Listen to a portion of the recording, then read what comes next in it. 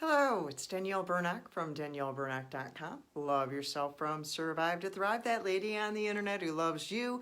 Today I want to talk to you about abandonment trauma. What is abandonment trauma? And one of the things that's important to understand about this is something I bring up over and over again because the world as a whole tends to misdefine what trauma is. Trauma is not an incident. Trauma is what happens inside of the human body, in the brain, that is a side effect from something that happened, that they could not process, they could not internalize, they could not overcome. So it left a mark. Like if I stabbed myself with a knife, it would leave a cut. And that cut is not the stab. That cut is the wound.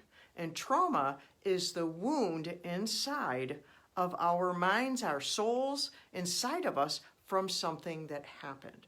So abandonment trauma is what happens inside of us when we have suffered some form of abandonment that our emotions and our mind could not process. This can take place from losing a parent or someone who's close to you as a child.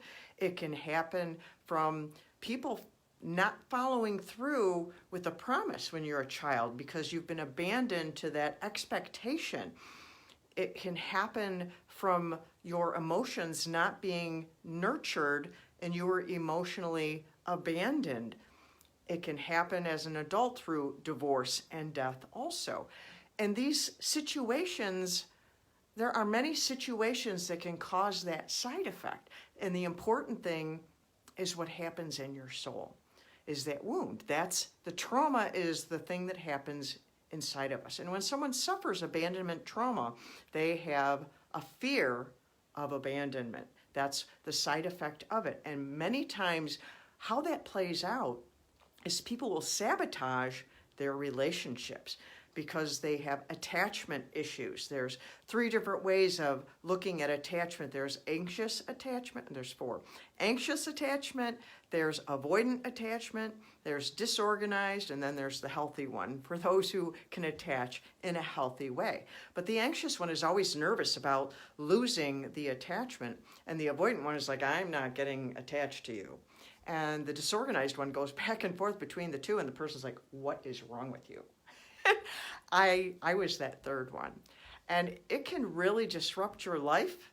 And so I want to encourage you, if you find yourself in any one of those situations, or you even think that might apply to you, 2 things you could do. I have an assessment on my website, DanielleBurnock.com, that on the free resources page, you can go through that and identify how much of trauma is affecting you in your life now. It goes through the different side effects that you could be having in your life. And if you have those, then I have things to help you to get past that. I have a course, Heal Your Childhood Self, that can lead you through, and you can identify what it is that is doing this in your life, and then you can deal with it, and then you can get rid of those fears of losing people. I was crippled by that early in my marriage. I was so terrified of losing my husband because I had a fear of loss because my father had died and left me as a child, and I had horrible, horrible fear of that.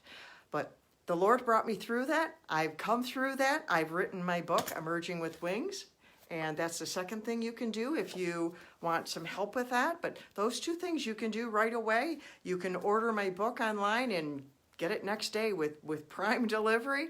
And you can do that assessment. And if you've already read my book, Emerging with Wings, and you need to go deeper, then head over to my website and look into that course, Heal Your Childhood Self.